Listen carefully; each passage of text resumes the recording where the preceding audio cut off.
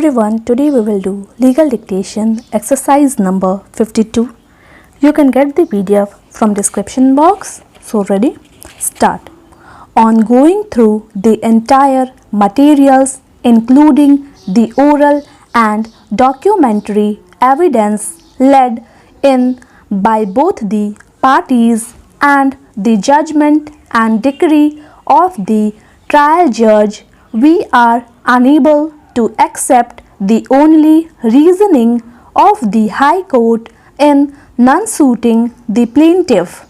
It is true that when the final bill was submitted, the plaintiff had accepted the amount as mentioned in the final bill, but under protest. It is also the specific claim of the plaintiff that on the direction of the department it had performed additional work and hence entitled for additional amount or damages as per the terms of the agreement. Merely because the plaintiff had accepted the final bill, it cannot be deprived of its right to claim damages if it had incurred additional amount and able to prove the same by acceptable materials. Before going into the factual matrix on this aspect, it is useful to refer the decisions of this court relied on by Mr. Altaf Ahmad in the case of Chairman and MD NTPC Limited versus Resmi Constructions Builders and Contractor 2004 to SSC 663, which relates to termination of a contract. One of the questions that arose for consideration was whether after the contract comes to an end by the completion of the contract work and acceptance of the final bill in full and final satisfaction, and after issuance a no due certificate by the contractor, can any party to the contract raise any dispute for reference to arbitration. While answering the said issue, this court held even when rights and obligations of the parties are worked out, the contract does not come to an end inter alia for the purpose of determination of the disputes arising thereunder, and thus the arbitration agreement can be invoked. Although it may not be strictly in place, but we cannot shut our eyes to the ground reality that in a case where a contractor has made huge investment, he cannot afford not to take from the employer the amount under the bills for various reasons, which may include discharge of his liability towards the banks, financial institutions, and other persons. In such a situation, the public sector undertakings would have an upper hand.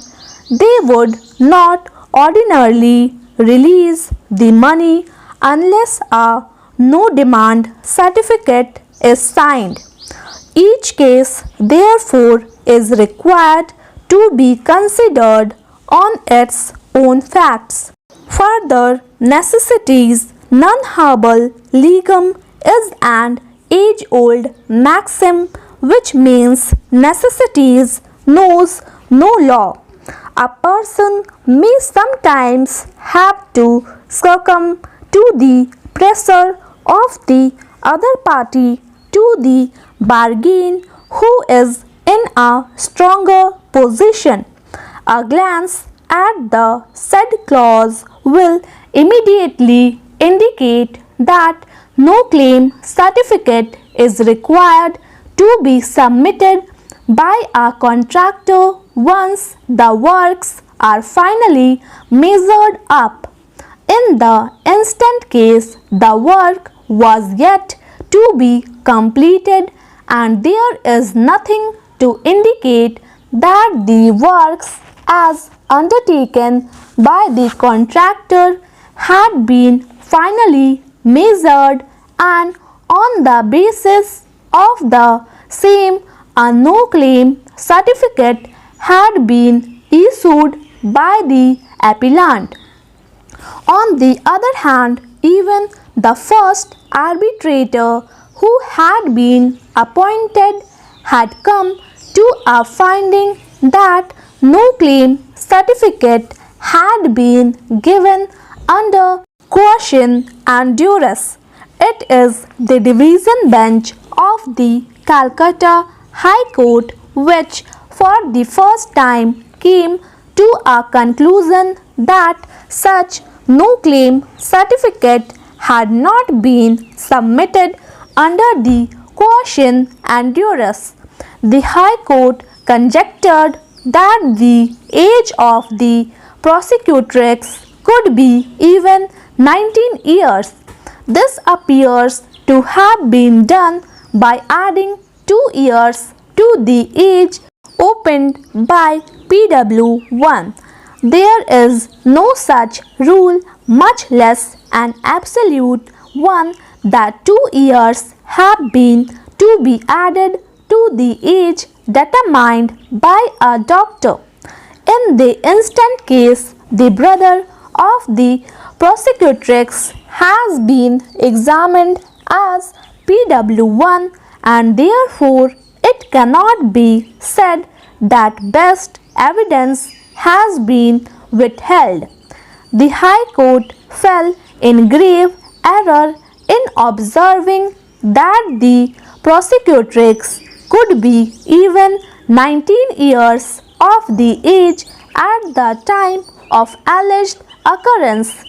As regards clause firstly or clause secondly of S 375 IPC, the expressions against her will and without her consent may overlap sometimes, but surely the two expressions in clause firstly and the clause secondly have different connotation and dimension.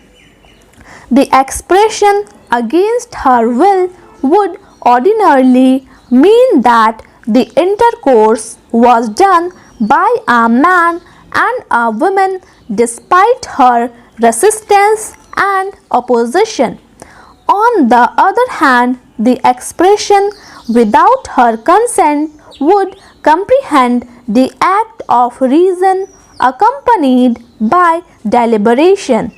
The concept of consent in the context of S 375 IPC has to be read with section 90 of the IPC. Thank you. Please subscribe my channel Steno Star.